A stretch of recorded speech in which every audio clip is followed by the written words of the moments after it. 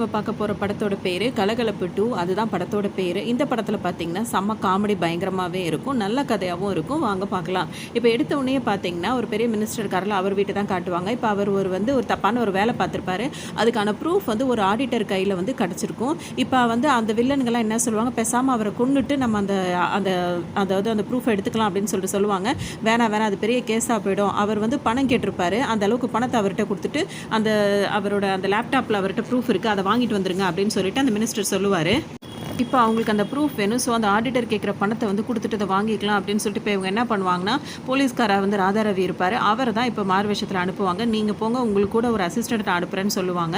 அது மாதிரி ஏற்பாடு பண்ணுவாங்க. இவர் தான் இந்த ஆடிட்டராக இருப்பார். ரொம்ப ஸ்ட்ரிக்டாக பேசுகிறதுனால அவர்கிட்ட வேறு இவர் பற்றின ப்ரூஃப் எல்லாமே இருக்குது. ஸோ இவர் எப்படியாவது நம்ம பணத்தை கொடுத்து அதை வாங்கிட்டு வந்துடணும் அந்த லேப்டாப்பை அப்படின்னு சொல்லிட்டு நினைப்பாங்க. இவர் அந்த லேப்டாப்பை ஒரு பெட்டிக்குள்ளே போட்டு அதை தூக்கிக்கிட்டே தான் எல்லா இடமும் சுற்றிட்டு இருப்பார். அவருக்கு துணையாக ஒரு அசிஸ்டன்ட் தேவைப்படுது இல்லையா இப்போ ராதாரவி அனுப்புறதுக்கு.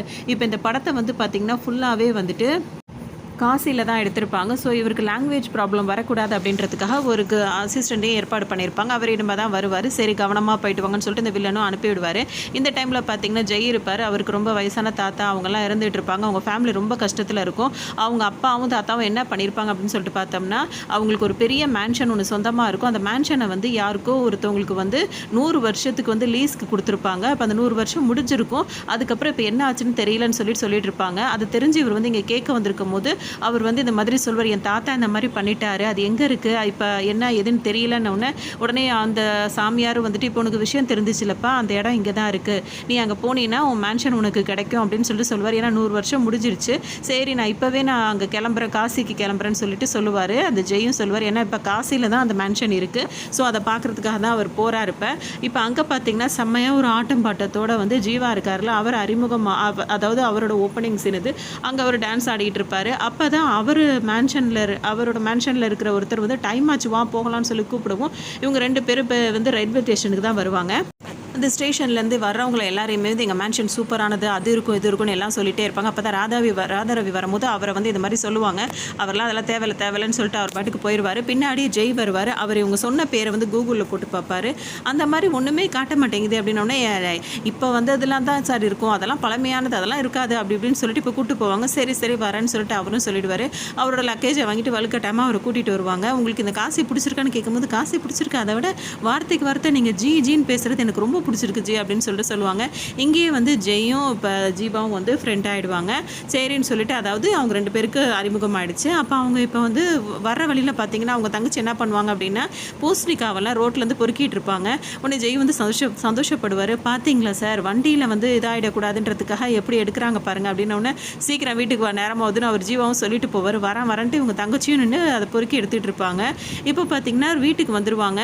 அவங்க பார்த்தீங்கன்னா அவங்க ஒரு நாய் வளர்ப்பார் ஜீவா. அது எது கிடச்சாலும் தூக்கிட்டு போய் ஓடிடும், போய் ஒளிச்சு வச்சுக்கும். அது பேர் சுகர்னு வச்சுருப்பாங்க. இப்போ ஜெய் கேட்பாரு, ஏன்னா நாய்க்கெல்லாம் சுகர்னு வச்சுருக்கீங்க, அதுக்கு என்ன சுகர் இருக்கான்னு கேட்கும்போது, ஆமாம் அந்த மாதிரி தான் அது சில வேலைங்களெல்லாம் பண்ணும், எது கிடச்சாலும் தூக்கிட்டு போயிடும் அப்படின்னு சொல்லிட்டே இருப்பாங்க.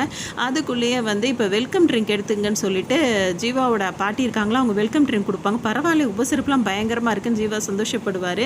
அதை குடிச்சிட்டு இருக்கும்போதே அவருக்கு ஒரு மாதிரி செய்ய ஆரம்பிக்கும். ஆனால் அது கொஞ்சம் லேட்டாக தான் இருக்கும் இப்போவே, ஆனால் அவருக்கு ஒரு மாதிரி இருக்கும். இந்த டைம் பார்த்திங்கன்னா ஆல்ரெடி அந்த லாட்ஜில், அதாவது அந்த மேன்ஷனில் தங்கியிருந்தவங்க ஒரு மாதிரி திட்டிட்டு போவாங்க வேறு லாங்குவேஜில். என்ன சொல்கிறாங்கன்னு கேட்கும்போது, நீங்கள் பார்க்க விஜய் மாதிரி இருக்கீங்கன்னு சொல்லிட்டு போகிறாங்கன்னு ஜீவா சமாளிப்பார். அவங்க பேசினதில் விஜய்னே வரவே இல்லைன்னா அது வேறு லாங்குவேஜ் உங்களுக்கு புரியாதுன்னுவாங்க. உடனே இவங்க ரூமை காட்டும் போது ஜெய்க்கு அந்த ரூமே பிடிக்கும். என்ன இவ்வளோதான் ரூமா அப்படின்னு சொல்லிட்டு கேட்பாரு.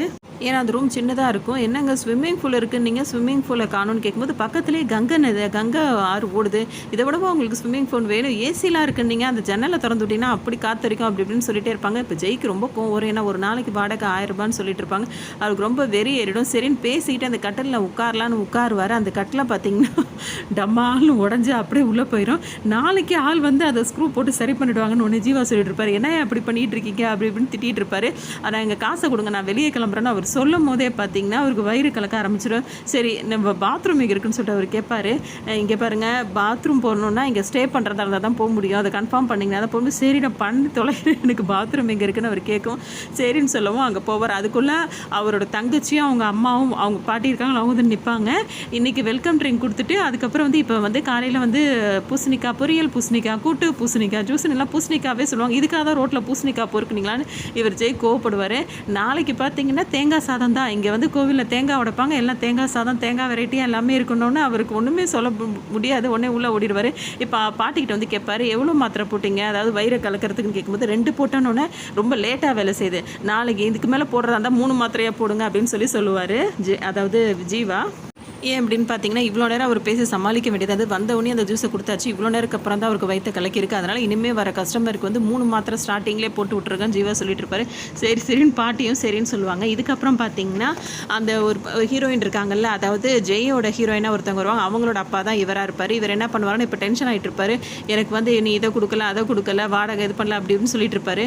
உன் பொண்ணு வந்து இங்கே டான்ஸ் கிளாஸ் வச்சு நடத்திட்டு இருக்கா, அதுக்கே நீ இன்னும் இது பண்ணலன்னு சொல்லிட்டு இருப்பாரு. எது இதுலையா, பழமையான கட்டடம் பார்க்க தான் பெருசாக இருக்குது, எல்லாமே தூசி படிஞ்சிருக்கு அப்படி இப்படின்னு சொல்லிட்டு அவர் பாட்டுக்கு கோவமாக பேசிகிட்டே இருப்பார். இந்த டைம் தான் ஜெய் வந்து வெளியே வந்துட்டு என்னடா பண்ணுறதுன்னு யோசிச்சுட்டே இருப்பார். அப்போ தான் வந்து டான்ஸ் சொல்லி கொடுத்துட்ருப்பாங்க, அவரோட பொண்ணு வந்து டான்ஸ் சொல்லி கொடுத்துருப்பாங்க. அவங்க ஃபேஸ் மட்டும் அவரால் பார்க்க முடியாது, குனிஞ்சு பார்த்துட்டு இருப்பார். ஆனால் அவருக்கு தெரியவே தெரியாது. என்ன பண்ணலான்னு யோசிக்கும் போது அவங்க கிளம்பிடுவாங்க. சரி அதுக்குள்ளே எப்படியாவது பார்த்துடணும் அப்படின்னு சொல்லிட்டு அவர் என்ன பண்ணுவார்னா, பக்கத்துலேயே ஒரு பூத்தொட்டி இருக்குல்ல, அதை எடுத்து போட்டு அந்த செடி தொட்டி இருக்குல்ல, அதை தூக்கி கீழே போடுவார். அந்த சத்தம் கேட்டோன்னு அவங்க திரும்பி பார்ப்பாங்க. அப்படியே அவர் பார்ப்பாரு, அவங்கள ரொம்ப பிடிச்சிருக்கும். அப்படியே ஃபஸ்ட்டு சைட்லேயே வந்து லவ் பண்ண ஆரம்பிச்சிருவார். இருந்தாலும் அப்படியே அவங்க பார்த்துக்கு போயிடுவாங்க. சரின்னு சொல்லிட்டு இவரும் பார்த்துட்டு அடுத்த தொட்டி போட்டு இன்னொரு தடவை பார்க்க வைக்கலாம்னு நினைக்கும் போது அந்த மேன்ஷனில் இருக்கிறவர் வந்து இதெல்லாம் உன் கணக்கில் தான் வரணும்னு வச்சிருவார். இப்போ இவங்க 2 பேரும் பார்த்தீங்கன்னா அந்த ஆடிட்டரை வந்து கொல்றதுக்காக வந்திருக்காங்க. அதாவது அவர் சொன்னது, வில்லன் வந்து சொன்னது, அந்த வந்து லேப்டாப் வாங்கி அந்த பணத்தை கொடுத்துட்டுவான்னு சொன்னது. ராதாரவியோட உண்மையான பிளான் வந்து அவர் ஆடிட்டரை கொண்டு வரணும் அப்படின்ற மாதிரி தான் பிளான் பண்ணிட்டு இருக்காரு. அதை இன்னும் அவர் வெளியே சொல்லியிருக்க மாட்டார். இப்போ வந்து தனித்தனி ரூம் கேட்டுட்டு இருப்பாங்க. அந்த ரூம் பாய் வந்து ஒரு ரூம் தான் இன்றைக்கி இருக்குன்னொன்னே அந்த கூட வந்திருக்காருல, அவர் தான் அசிஸ்டன்ட்டு, லாங்குவேஜ் ப்ராப்ளம்காக அவர் வந்திருப்பார். என்னையா கத்திட்டு இருக்கான்னு, ஒரு ரூம் தான் இருக்கான் அப்படின்னு வந்து, அதனால் என்ன இன்றைக்கி தூங்கி எழுந்து காலையில் போகிறோன்னு, இல்லை இன்றைக்கி அமாவாசை வேறு அப்படின்னு சொல்லுவார். அமாவாசைனா என்ன அப்படின்னோடனே அவர்கிட்ட வேறு எதுவுமே சொல்ல மாட்டார். சரின்னு சொல்லிட்டு 2 பேரும் அதே ரூம்லேயே தூங்குவோம்னு சொல்லிட்டு முடிவு பண்ணி இருப்பாங்க.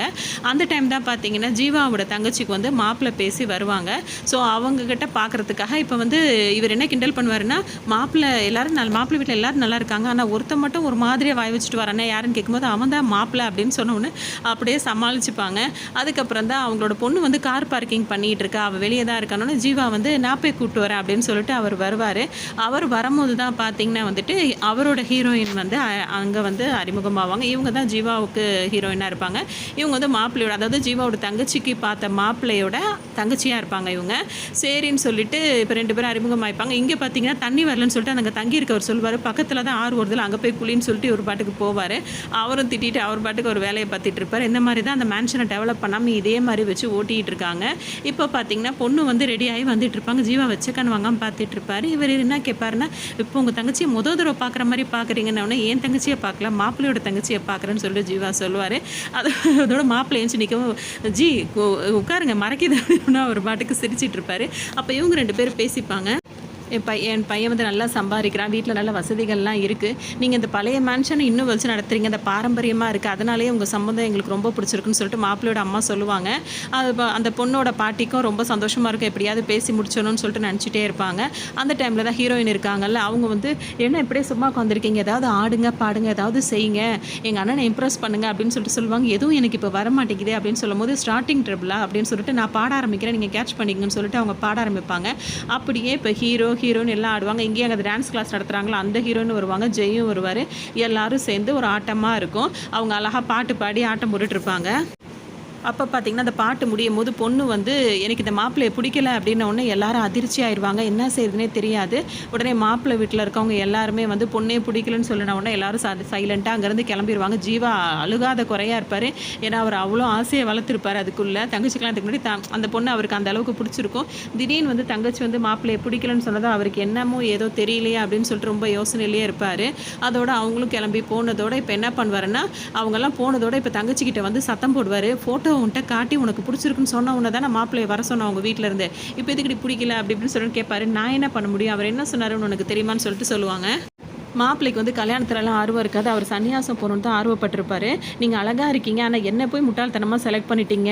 நான் எத்தனை தடவையோ சொல்லி கேட்கல. அதனால தான் நான் உங்க கால்ல வேணாலும் விழுறேன். என்ன புடிக்கலன்னு சொல்லிடுங்கன்னு" சொல்லுவாரு. சரின்னு சொல்லிட்டு அவங்களும் அவங்க சொன்னதுக்காக தான் அவங்க சொல்லியிருப்பாங்க. இத கேட்டோனே ஜீவாவுக்கு கண்ல அவ்ளோ தண்ணி கொட்டும். "இதுக்கு ஏன்டா நீ கவலைப்படுற? விடு பார்த்துக்கலாம்னு" அவங்க சொல்லுவாங்க. ஆனா அவர நெனச்சு ஃபீல் பண்ணி அழுதுட்டு இருப்பாரு. இப்ப பார்த்தீங்கன்னா இங்கே ரூம் எடுத்தாங்கல்ல, இவங்க 2 பேரும் தூங்கிட்டு இருப்பாங்க. திடீர்னு பார்த்தீங்கன்னா, ஏதோ சத்தம் கேட்கும். உடனே ராதாரவி வந்து எந்திரிச்சு பார்த்தாருன்னா, அவர் அசிஸ்டன்ட் என்ன பண்ணுவாருன்னா, "ஊ ஆ" அப்படின்ட்டு ஒரு மாரி சத்தம் குடுத்துட்டு கையையும் காலையும் விடிச்சு செம்ம அடி விழும் ராதாரவிக்கு. அவர் வந்து ஃபர்ஸ்ட்டு தள்ளி தள்ளி விடுவாரு. அதுக்கப்புறம் தப்பிச்சு விட முயற்சி பண்ணுவாரு. சுத்தமா எதுவுமே அவரால முடியாது. போட்டு கடி கடின்னு கடிப்பாரு. முதுகுல கடிப்பாரு, கைய கடிப்பாரு. எங்கெல்லாம் முடியுமோ அங்கெல்லாம் கடிச்சு கடிச்சு வச்சுருவாரு. இங்கே பார்த்தீங்கன்னா, அண்ணனும் தங்கச்சியும் வெளியே போயிட்டு வருவாங்க. அப்போ வந்து ஹீரோயின் இருக்காங்களே, அதாவது இப்போ பார்த்த மாப்பிள்ளையோட தங்கச்சி அவங்க வருவாங்க. உங்கள்கிட்ட கொஞ்சம் பேசணும்னு சொல்லுவாங்க. என்னான்னு சொல்லிட்டு கேட்கும்போது, இந்த மாதிரி வந்து அண்ணன் வந்து சன்னியாசம் போகிறதா சொல்லிட்டு இருக்கான். ஆனால் அவனுக்கு உங்கள் தங்கச்சி மேலே ஒரு விருப்பம் இருக்குது அப்படின்னு சொல்லும்போது, என்ன விளையாடுறீங்களா அப்படின்னு கேட்டுட்ருப்பாரு. அவன் உண்மையிலேயே சன்னியாசம் போகிறதா இருந்தால் பரவாயில்ல, ஆனால் ஒரு வீம்புக்காகவே அவன் சன்னியாசம் போகணும்னு சொல்லிட்டு இருக்கான். அவங்க தங்கச்சி அவனுக்கு ரொம்ப பிடிச்சிருக்கு, நம்ம தான் ஏதாவது பண்ணி கல்யாணம் பண்ணி வைக்கிறோன்னு ஜீவா ஒத்துப்பாரு. ஆமாம், இந்த மாதிரி இருக்கிறவங்க வந்து உண்மையான சன்னியாசமாக ஆக முடியாது. அப்போ அவனை கல்யாணம் தான் பண்ணி வைக்கணும். ஆனாலும் எப்படி ஒத்துக்கிறதுன்னு சொல்லிட்டு அதெல்லாம் வேணாம் அப்படின்னு சொல்லுவார். உடனே அவங்க தங்கச்சி சொல்லுவாங்க, ப்ளீஸ்ண்ணா எப்படியாவது பேசி முடிச்சுட்டு காலில் ஒரு புருஷன்லாம் கிடைக்கிறது எவ்வளோ கஷ்டம் தெரியுமா? அது மட்டும் இல்லாமல் உனக்கும் அவங்க மேலே ஒரு கண் இருக்குன்னு எனக்கு தெரியும். 2 பேர் லைஃப் வந்து செட்டில் ஆகிடும். எப்படியாவது பேசி முடிச்சு விட்றேன் அப்படின்னு சொல்லி அவங்க தங்கச்சி சொல்லவும் அவரும் வந்து சரின்னு சொல்லிட்டு இப்போ ஹீரோயின் கிட்ட வந்து சரின்னு சொல்லிடுவார். அதோட இப்போ ஏதாவது பிளான் பண்ணி இப்போ இவங்க 2 பேரையும் சேர்த்து வைக்கிறதா வந்து இவங்க 3 பேரும் பிளான் பண்ணிப்பாங்க. இங்கே பார்த்தீங்கன்னா ஜெய் இருக்கார்ல, அவர் ரெஜிஸ்டர் ஆஃபீஸ் வந்திருப்பார். அவரோட நில விஷயமா எங்கே இருக்குன்னு கேட்கறதுக்காக இங்கே வந்திருப்பார். இங்கே பார்த்தீங்கன்னா இவங்க உட்காந்துருப்பாங்க. என்னங்க இங்கே இருக்கிறீங்க? உங்களை வந்து நான் டான்ஸ் டீச்சர் தான் நினச்சேன், இங்கே வந்து உட்காந்துருக்கீங்க. எந்திரிங்க, தாசில்தார் வந்தால் திட்ட போகிறாரோன்னு. நான் தான் தாசில்தார்னு அவங்க சொல்லுவாங்க. இது வரைக்கும் இவ்வளோ அழகான தாசில்தாரை நான் பார்த்ததே இல்லைங்க, சாரி சூப்பராக இருக்குங்க அப்படி இப்படின்னு அவர் இஷ்டத்துக்கும் பேசிகிட்டே இருப்பார். நீ என்ன உன்னை விஷயமா வந்தேன்னு கேட்கும்போது, இந்த மாதிரி என் இடத்தோட இது டீட்டெயில் இது இருக்குது, இதை பற்றி எனக்கு இடம்லாம் எங்கே இருக்குன்னு தெரியணும், ப்ளூ பிரிண்ட் வேணும்னு கேட்கும்போது அங்கே வச்சுட்டு கிளம்பு அப்படின்னு சொல்லவும் அவர் பாட்டுக்கு அவங்க பாட்டுக்கு பேசிகிட்டு இருப்பாங்க. அவர் பாட்டுக்கு வச்சுட்டு போக சொல்லிடுவாங்க. அவரும் நின்று பார்த்துட்டு கிளம்பிடுவார். இப்போ இவங்க பிளான் பண்ணபடி என்னென்னா, இப்போ மாப்பிள்ளையோட மெசேஜ் வந்து பண்ணணும். அதாவது இவர் வந்து ஜீவா வந்து தங்கச்சி ஃபோன்லேருந்து மாப்பிள்ளைக்கு மெசேஜ் பண்ணுறாரு. இந்த மாதிரி சும்மா என்ன பண்ணுற ஏது பண்ணுற அப்படின்ற மாதிரி கேட்டுட்ருப்பாரு. அங்கே பார்த்தீங்கன்னா அவர் வந்து மாப்பிள்ளை வந்து நல்லா கொரட்டை விட்டு தூங்கிட்டு இருப்பார். சரி எப்படியாவது நம்ம பதில் அனுப்பினா தானே சரி வரும்னு சொல்லிட்டு மாப்பிள்ளையோட ஃபோன்லேருந்து மாப்பிள்ளையோட தங்கச்சி வந்து பதில் அனுப்பிட்டு இருப்பாங்க. இப்போ பொண்ணு மாப்பிள்ளை அவங்கவுங்க தூங்கிட்டு இருக்காங்க. இப்போ அவங்க ஃபோனை வச்சுட்டு இவங்க 2 பேர் தான் வந்து மெசேஜ் பண்ணிட்டு இருக்காங்க. உன் ஃபேஸ் வந்து பப்ளி மாதிரி இருக்குன்னு அவங்க தங்கச்சி சொல்கிற மாதிரி, அப்போ இந்த பப்ளி ஃபேஸ் இன்னொருத்தரும் நீ பார்க்க விருப்பப்படுறேன்னு எனக்கு சான்ஸ் கிடச்சா அப்படி இப்படின்னு சொல்லிட்டு 2 பேரும் வந்து சும்மா அந்த மாதிரி பேசிகிட்டு இருப்பாங்க. இவங்களுக்கு தெரியாது இவங்க தான் பேசுகிறாங்க அப்படின்னு சொல்லிட்டு தெரியாது. இப்போ நாளைக்கு வந்து ஒரு டூர் இருக்குது. மாப்பிள்ளை வந்து பார்த்திங்கன்னா போட்டு தான் வச்சுருப்பாரு. அங்கே வந்து அதிகமாக தண்ணி அதனை இருக்கும். ஸோ அங்கேயும் கூட போட்டு தான் வச்சுருப்பாரு. அங்கே வந்து ஃபாரின் ட்ரிப் எடுக்கிறதுக்காக நாளைக்கு வந்து எல்லோரும் ஃபாரின்ஸ்லாம் வராங்க, நீங்களும் வாங்க அப்படின்னு சொல்லிட்டு இவங்க மெசேஜ் பண்ணிவிடுவாங்க. சரின்னு சொல்லிட்டு இப்போ ஜீவாவும் வந்து அவரோட தங்கச்சியை கூப்பிட்டு நாளைக்கு கிளம்பலான்னு சொல்லிட்டு முடிவு பண்ணி வச்சுருப்பாரு. இங்கே பார்த்தீங்கன்னா ஒரு செம்மாடி வாங்கியிருக்காருல, அவர் ட்ரீட்மெண்ட் கூப்பிட்டு வந்திருக்காங்க. இப்போ விடிஞ்ச உடனே அவருக்கு அந்த இது தெளிஞ்சிருவார், அந்த பைத்தியம் தெளிஞ்சிருவார். என்னடா இப்படி பண்ணிட்டேன்னு கேட்கும்போது, அம்மாவாசனை எனக்கு அப்படி தானே ஆகும், அதுக்கு தான் நான் தனி ரூம் எடுக்கலான்னு சொன்னேன் அப்படின்னு சொல்லுவார். இவ்வளோ டீட்டெயிலெல்லாம் நீ சொல்லலையே அப்படின்னு சொல்லிட்டு அவர் ராதாரவி சொல்லுவார். இப்போ டாக்டர் என்னடா சொன்னாங்கன்னு கேட்கும்போது, குரங்கு கடிச்சிருச்சான்னு கேட்டு 10 ஊசி போட சொன்னாங்க, இல்லை நான் தான் கடிச்சேன்னு சொன்னோன்னு 20 ஊசி போட சொன்னாங்க அப்படின்னு சொல்லிட்டு சொல்லுவார். அவருக்கு முடியவே முடியாது. இப்போ இவர் வேற ஃபோன் அடித்து என்னதான் ஆச்சுன்னு கேட்டுட்டு இருப்பாரு. அப்போ இவங்க ஒய்ஃப் தான் இவங்க என்ன சொல்லுவாங்கன்னா, நான் இந்த பணம்லாம் கொடுத்தாலும் சரி வரும், அவனை பேசாமல் போட்டு தர சொல்லுங்கன்னு அந்த மாதிரிலாம் யோசிக்கக்கூடாது, அது அப்புறம் பார்த்துக்கலாம்னு சொல்லிட்டு இவர்கிட்ட இப்போ ஃபோன் அடித்து பேசுகிறதா இருப்பார். அதுக்குள்ளே இங்கே பார்த்தீங்கன்னா இவர் ஜீவா வந்து அந்த ரிஜிஸ்டர் ஆஃபீஸ்க்காக இங்கே விசாரிக்க வந்திருப்பார். இவர் வந்து ஜீவாவும் அவர் ஜெயை வந்து ட்ராப் பண்ணுறதுக்காக இங்கே வந்திருப்பார். அப்போ இங்கே வரேன்னு சொல்லிட்டு ஜீவாவோட ஹீரோயின் வந்து இவரை பார்க்காம அதாவது ஜீவாவை பார்க்குறதுக்காக வெயிட் பண்ணிகிட்டு இருப்பாங்க. என்னன்னு கேட்டால் வந்து இப்போ ஜீவா வந்து நடத்திட்டு இருக்காருல மேன்ஷன், அதோட உண்மையான ஓனர் வந்து பார்த்திங்கன்னா ஜெயா தான் இருக்கும். ஜீவாவுக்கு வேர்த்து கொட்டிடும். இப்போ தான் தங்கச்சிக்கு பொண்ணெல்லாம் பேசியிருக்காங்க அப்படி இப்படின்னு சொல்லிட்டு ரொம்ப புலம்புவார். உடனே இவங்க என்ன சொல்லுவாங்க, நீ வேணால் கேஸ் போடு, சிவில் கேஸ் போடு அப்படின்னு சொன்னோன்னே, வேண்டாம் அது தப்பு, 1000 தான் இருந்தாலும் அவனோட இடம் அது, அதை நம்ம உரிமை கொண்டாட முடியாது. இருந்தாலும் இப்போ மாப்பிள்ளை வீட்டில் வந்து இந்த மேன்ஷன் இருக்கிறனால கல்யாணத்துக்குலாம் ஒத்துக்கிட்டு இருக்காங்க, கல்யாணம் முடிகிற வரைக்கும் இருக்கட்டும், அதுக்கப்புறம் எப்படியாவது நான் அவன்கிட்ட உண்மையை சொல்லிடுறேன்னு ஜீவா சொல்லுவார். சரின்னு சொல்லிட்டு இப்போ இவர் வந்தவொன்னே நான் உங்களை அங்கெல்லாம் தேடிட்டு இருக்கேன்னு ஜெய் சொல்லவும், என்னோட இடம் கிடச்சது கேட்கும்போது அது இன்னும் 1 வாரம் ஆகும் அப்படின்னு. என்னங்க இப்படி சொல்கிறீங்கன்னா, 1 வாரம் அவ்வளோ சீக்கிரம்லாம் கிடைக்காது, என்ன பழமையான இடம் அப்படின்னு சொல்லிட்டு அவங்களும் போயிடுவாங்க. இப்போ ஜீவா என்ன சொல்வார், நீங்கள் பேசாமல் ஊருக்கு போங்குச்சு, நான் அதை அட்ரஸ் கண்டுபிடிச்சோன்னு உங்களுக்கு நான் வந்து ஃபோன் அடிக்கிறேன், அப்போ வாங்கணுன்னு. இல்லை நான் இங்கேயே தங்குறதா இருக்கேன், ஏன்னா லவ் பண்ணுறேன் அப்படி இப்படின்னு சொன்னோன்னு அவருக்கு இனிமேல் அவ்வளோதான், நம்ம கிளம்ப வேண்டியதான் அந்த இடத்துல விட்டு அப்படின்னு சொல்லிட்டு அவர் நினைப்பார். இங்கே பார்த்தீங்கன்னா இவர்கிட்ட வெளில வந்து பெட்டி நிறைய பணம் கொடுத்துருப்பாரு. அந்த பணத்தை கொடுத்து தானே அந்த அந்த வீடியோ கிளிப்லாம் வாங்கிட்டு வர சொல்லியிருக்காரு. இங்கே ஒரு பெட்டியை திறந்து பார்க்கும்போது பணமே இருக்காது, எல்லாமே பேப்பராக தான் இருக்கும். யாரோ எடுத்துட்டாங்கன்னு சொல்லி இந்த அசிஸ்டன்ட் கத்திட்டு இருப்பார். அப்போ ராதா ரவி சொல்வார், யாரும் எடுக்கல, நான் தான் எடுத்தேன். எவ்வளோ நாளைக்கு தான் இந்த வேலையை பார்த்துட்டு இருக்க முடியும், நம்ம செட்டில் ஆக வேண்டாமா அப்படின்னு சொல்லுவார். என்னங்க இப்படி சொல்கிறீங்க, அவருக்கு தெரிஞ்ச என்ன ஆகும்னு கேட்கும்போது, அதெல்லாம் நான் பார்த்துக்கிறேன், நீ என் பேச்சை கேட்டினா எனக்கு கெஸ்ட் ஹவுஸ் வாங்குறதுக்கு முன்னாடி உனக்கு ஒரு அவுட் ஹவுஸ் அங்கே வாங்கி கொடுத்துருவேன். அது இல்லாமல் உங்கள் இஷ்டத்துக்கு எது நடக்கிறதா இருந்தீங்கன்னா இப்போ அவனுக்கு அந்த ஆடிட்டர் இருக்கான்ல, அவனை கொல்ல தான் போகிறேன், அதே மாதிரி அதே கதை தான் உனக்குன்னு. ஐயோ நான் உங்களோட விசுவாசி, நீங்கள் என்ன சொல்கிறீங்களோ அதுதான் எனக்கு, அதுக்கு நானும் ஹெல்ப் பண்ணுறேன் அப்படி இப்படின்ற மாதிரி அவரும் மனசு மாறிடுவார். இப்போ இவங்க 2 பேரும் சேர்ந்துட்டு ஆடிட்டரை கொண்டுட்டு அந்த லேப்டாப்பையும் வாங்கிட்டு இருக்கிற பணத்தையும் அடிச்சுக்கலாம் அப்படின்ற மாதிரி பிளான் பண்ணிட்டு இருப்பாங்க. அதுக்காக இப்போ பைனாக்குலர் வச்சுட்டு அவர் எங்கே வராரு, அந்த போட்டில் அவர் ஏறிட்டேன்னு சொல்லிட்டு சொல்லுவார். இது எந்த போட்டாக இருக்கும் அப்படின்னு சொல்லிட்டு பார்த்தீங்கன்னா, அந்த ஆடிட்டர் எந்த போட்டில் வருவார்னா, ஜீவோட தங்கச்சிக்கு மாப்பிள்ளை பார்த்துருக்காங்களோ அவரோட போட்டில் தான் அவர் வராரு. அவரை தான் பார்த்துட்டு இருக்காங்க. இப்போ அவரை எப்படியாவது ஷூட் பண்ணணும் அப்படின்றதுக்காக தான் வந்திருக்காங்க. இங்கே பார்த்தீங்கன்னா வந்துட்டு அவரை வந்து ஷூட் பண்ணுறதுக்காக இவர் கன் எடுத்துகிட்டு வந்திருப்பாரு. இப்போ ஒரு போட்டில், இவங்க சின்ன போட்டில் போயிட்டு அங்கேருந்து அவரை சொல்கிறதுக்காக தான் பிளான் பண்ணிட்டு இருப்பாங்க. சரி இந்த போட்டுக்காரனை வந்து இந்த பக்கம் போக சொல்லு அப்படின்னு சொல்லிட்டு ராதாரவி சொல்லிகிட்டே இருப்பார். அப்புறம் அவர் பார்த்தீங்கன்னா ஆப்போசிட் சைட்லேயே வந்து போட்டு போயிட்டுருக்கோம். என்னடா இப்படி போக சொன்னால் அவன் அந்த பக்கம் போயிட்டுருக்கான் அப்படின்னு சொல்லிட்டு ராதாரவி கோவமாக கேட்டுட்டு இருப்பார். அப்போ தான் திரும்பி பார்க்கும்போது பார்த்தீங்கன்னா அவரோட அசிஸ்டன்ட் போட்டை ஓட்டிகிட்டு இருப்பார். என்னடா நீ போட்டு ஓட்டிகிட்டு இருக்கேன்னு கேட்கும்போது, நம்ம போகிறது கொலை பண்ண போகிறோம், எவிடன்ஸ் இருக்கலாமா, அதுக்காக தான் அவனை கழட்டி விட்டேன், நான் ஓட்டுறேன் அப்படின்னு. உனக்கு ஓட்ட தெரியுமான்னு கேட்கும்போது, இப்படி போட்டு இப்படி இழுத்தா அது பாட்டுக்கு போகுது அப்படின்னு அவர் ஒரு வேலை உருப்படியாகவே செய்ய விட மாட்டார். இந்த சீன் செம்ம காமெடியாக இருக்கும். சுற்றி சுற்றி சுற்றி போட்டு அவருக்கு ஆப்போசிட்டாகவே வந்துக்கிட்டு இருக்கும். அவர் ஒரு பண்ண இந்த மாதிரி ஒன்று பண்ண இதே மாதிரி அவர் பாட்டுக்கு வசதியாக ஒரு இடத்துல போய் உட்காந்துக்கிட்டு இதை இழுத்துக்கிட்டு இதை விட்டுட்டு உட்காந்துட்டு இருப்பாரு. கொஞ்சம் நேரம் நிம்மதியாக ஒரு வேலை பார்க்க விட்றா அப்படின்னு சொல்லிட்டு அவர் கெஞ்சாத கொலையாக சொல்லிட்டு இருப்பாரு.